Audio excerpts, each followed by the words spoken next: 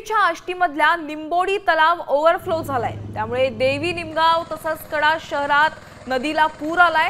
त्यामुळे पुरात अडकलेल्यांच्या सुटकेसाठी हेलिकॉप्टर बोलवण्यात आलंय। सध्या रेस्क्यू टीमच्या मदतीने जवळपास 70 पेक्षा जास्त गावकऱ्यांची सुटका करण्यात आली आहे।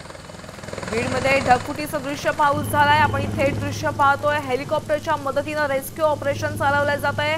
जवळपास 70 पेक्षा जास्त ग्रामस्थांचं रेस्क्यू करण्यात आलेला आहे। त्यांची सुटका करण्यात आलेली आहे।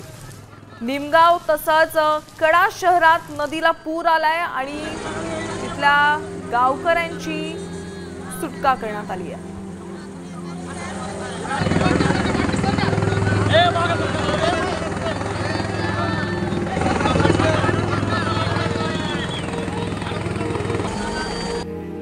नुकसान झालेलं आहे आणि सर्वाधिक नुकसान जे आहे ते देवळाली, त्याच्यानंतर पिंपरी घाटा, दादेगाव, कडा, शेरी, निमगाव चौकाचा परिसर आणि टाकळी ह्या परिसरामध्ये काही लोक अडकलेले आहेत। जिल्ह्याचे जिल्हाधिकारी, त्याच्यानंतर आपले पालकमंत्री आणि उपमुख्यमंत्री यांच्याशी सर्वांशी बोलून आता isakal.com आहे देशातील नंबर 1 ची मराठी न्यूज वेबसाईट। प्रत्येक अपडेटसाठी isakal.com ला नक्की भेट द्या।